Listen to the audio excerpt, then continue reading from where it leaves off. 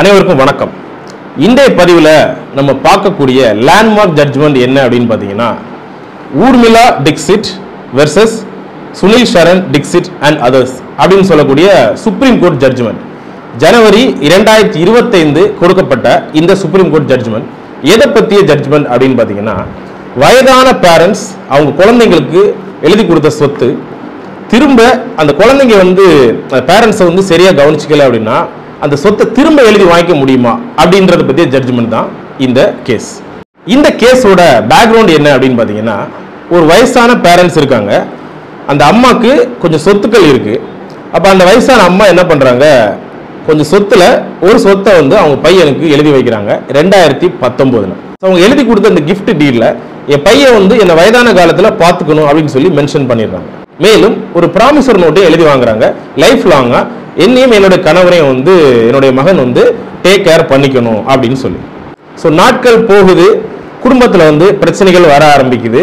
பையன் என்ன பண்ணிடுறான், அம்மாட்ட சண்டை போட ஆரம்பிக்கிறான். அம்மாட்ட இன்னும் கொஞ்சம் சொத்து இருக்குது, ஸோ அந்த சொத்து என் பேரில் எழுதி கொடுங்க அப்படின்னு சொல்லி சண்டை போடுறான்.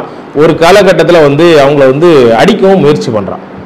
ஸோ இந்த அம்மா மட்டும் பொறுக்கிறாங்க. அப்புறம் என்ன பண்ணுறாங்கன்னா, maintenance and welfare of parents and senior citizens act 2007 அப்படின்ற ஒரு சட்டம் இருக்கு. இந்த சட்டத்தின் கீழ் செக்ஷன் 23 சப்கிளாஸ் 1 படி நான் எழுதி கொடுத்த கிஃப்ட் டீடை கேன்சல் பண்ணணும் அப்படின்னு சொல்லி பையன் மேல வழக்கு பதிவு பண்றாங்க. வழக்கு லோவர் கோர்ட்டுக்கு விசாரணைக்கு வருது. மெஜிஸ்ட்ரேட் 2021 என்ன ஆர்டர் கொடுக்குறாங்க அப்படின்னா, சேல் டீடை இந்த கிஃப்ட் டீடை கேன்சல் பண்ணணும் அப்படின்னு சொல்லி ஆர்டர் கொடுக்குறாங்க. 2022 கலெக்டர்கிட்ட மனு கொடுத்து அவங்கள்ட்டையும் விசாரணைக்கு வருது. அவங்களும் இதே டிசிஷனை கன்ஃபார்ம் பண்ணுறாங்க, அதாவது கிஃப்ட் டீட் கேன்சல் பண்ணணும் அப்படின்னு சொல்லி. ஸோ பையன் என்ன பண்ணுறாப்புல, ஹைகோர்ட்டில் அப்பீல் போகிறாப்புல. ஹைகோர்ட்டில் அப்பீல் போகும்போது அவங்களும் கீழே கொடுத்த 2 ஜட்ஜ்மெண்ட்டே கன்ஃபர்மேஷன் பண்ணுறாங்க. ஸோ பையன் அகெயின் அப்பீல் போகிறாப்புல. ஸோ டிவிஷனல் பெஞ்சு ஹைகோர்ட் ஜட்ஜி என்ன அப்சர்வ் பண்ணுறாங்க அப்படின்னா, செக்ஷன் 23 பார்த்தீங்கன்னா ஒரு ஸ்டாண்ட் அலோன் ப்ரொவிஷன். கிஃப்ட் டீடில் மெயின்டெனன்ஸ் கொடுக்கணுன்றதெல்லாம் கம்பல்சரிலாம் இல்லை. மேலும் இவர் வாங்கின அந்த ப்ராமிசர் நோட்டு அக்செப்ட் பண்ணிக்க முடியாது அப்படின்னு சொல்லி சில காரணங்களுக்காக அந்த கீழே கொடுத்த 3 ஜட்ஜ்மெண்ட்டையும் பார்த்தீங்கன்னா செட் அசைட் பண்ணி அந்த கிஃப்ட் டீடு செல்லுபடி ஆகும் அப்படின்னு சொல்லி தீர்ப்பு சொல்லிடுறாங்க. ஸோ இந்த அம்மா என்ன பண்ணுறாங்க, சுப்ரீம் கோர்ட்டுக்கு மேல்முறையீட்டு போகிறாங்க.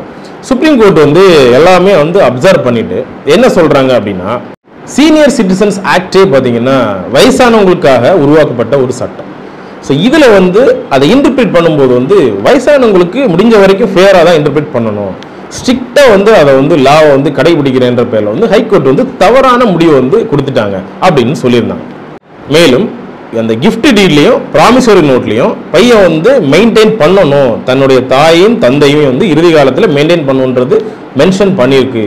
ஸோ அந்த கருத்தை அவன் ஃபுல்ஃபில் பண்ணலை. அதனால ஆட்டோமேட்டிக்காக அந்த கிஃப்ட் டீடு கேன்சல் பண்ணுறதுக்கு எலிஜிபிள் தான் அப்படின்றத மென்ஷன் பண்ணியிருப்பாங்க. மேலும் இந்த மாதிரியான பிரச்சனைகளில் ட்ரிபுனல்ஸ், அதாவது தீர்ப்பாயங்கள் இருக்கு இல்லையா, அவங்களுக்கு அந்த ப்ராப்பர்ட்டி எவிக்ட் பண்ணி சீனியர் சிட்டிசன்ஸ்க்கு அந்த ப்ராப்பர்ட்டி பொசிஷன் கொடுக்கக்கூடிய எல்லா ரைட்ஸும் இருக்கு அப்படின்றதையும் மென்ஷன் பண்ணியிருப்பாங்க. இறுதியாக ஃபைனல் ஆர்டரில் அந்த கிஃப்ட் டீடை சுப்ரீம் கோர்ட் குவாஷ் பண்ணியிருப்பாங்க. மேலும் ஜனவரி 28 2025 அந்த வயதான அம்மாவோட ப்ராப்பர்ட்டியை அந்த அம்மா கிட்ட பொசிஷன் கொடுக்கணும் அப்படின்னு சொல்லி தீர்ப்பு சொல்லியிருப்பாங்க. ஸோ இதை நம்ம அப்சர்வ் பண்ணக்கூடிய விஷயம் என்ன அப்படின்னா, சீனியர் சிட்டிசன்ஸ் பிள்ளைங்களுக்கு சொத்து எழுதி கொடுத்துட்டாங்க அப்படின்னா அதுக்கப்புறம் என்ன பிரச்சனை வந்தாலும் நீங்கள் சைலண்டாக அந்த பிரச்சனைகளில் சஃபர் ஆகணுன்றது கண்டிப்பாக அவசியம் கிடையாது.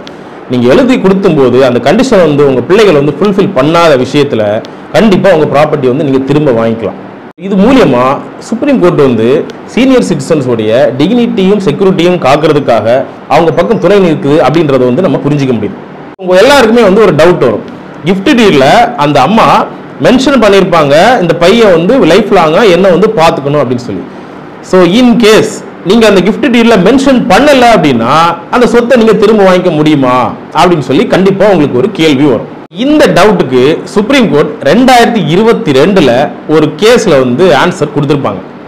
சுதேஷ் சிக்காரா விசஸ் ராம்டி தேவி அப்படின்ற 2022 கேஸ்ல ஒரு சீனியர் சிட்டிசன் அவங்க கிஃப்ட் டீட் கொடுக்கும்போது மெயின்டெனன்ஸ்க்கான இல்ல கேர்க்கான அந்த கண்டிஷன் வந்து மென்ஷன் பண்ணல அப்படின்னா செக்ஷன் 23 ஆஃப் அந்த சீனியர் சிட்டிசன்ஸ் ஆக்ட் வந்து அட்ராக்ட் ஆகாது அப்படின்றத தெளிவா சொல்லியிருப்பாங்க. காரணம் என்ன சொல்லியிருப்பாங்கன்னா, நீங்க அந்த பிள்ளைங்களுக்கு வந்து சொத்துக்களை எழுதி வைக்கிறது it's because of your love and affection on them. It's not for the exchange of care எடுத்துக்கணும் அப்படின்றதுக்கான எக்ஸ்சேஞ்சுக்காக நீங்க சொத்துக்கள் எழுதி வைக்கிறது கிடையாது. மேலும் உங்க குழந்தை மேல இருக்கக்கூடிய பாசத்துக்குள்ளே அன்புக்குள்ளே நீங்க வந்து சொத்தை எழுதி வைக்கிறீங்க. ஸோ அதனால நீங்க ஒரு கண்டிஷன் வந்து மென்ஷன் பண்ணாத பட்சத்தில் சொத்தை வந்து நீங்க திரும்ப அவங்கள்ட்ட இருந்து வாங்க முடியாது. ஸோ ஒரு சீனியர் சிட்டிசன் அவங்க பையனுக்கோ பொண்ணுக்கோ சொத்தை எழுதி கொடுத்துட்டாரு, அவங்கள சரியா பார்த்துக்கல, அப்ப இவங்க சீனியர் சிட்டிசனுக்கு என்னதான் கதி?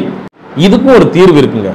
செக்ஷன் 9 ஆஃப் சீனியர் சிட்டிசன்ஸ் ஆக்டின் படி ஒரு சீனியர் சிட்டிசன் தன்னைத்தானே அவங்களால பார்த்துக்கக்கூடிய வருமானம் ஈட்டாத பட்சத்தில் அவங்க குழந்தைகள் வந்து கண்டிப்பா அவங்களுக்கு மெயின்டெனன்ஸ் கொடுத்தே ஆகணும்னு சொல்லிட்டு சட்டம் சொல்லுதுங்க.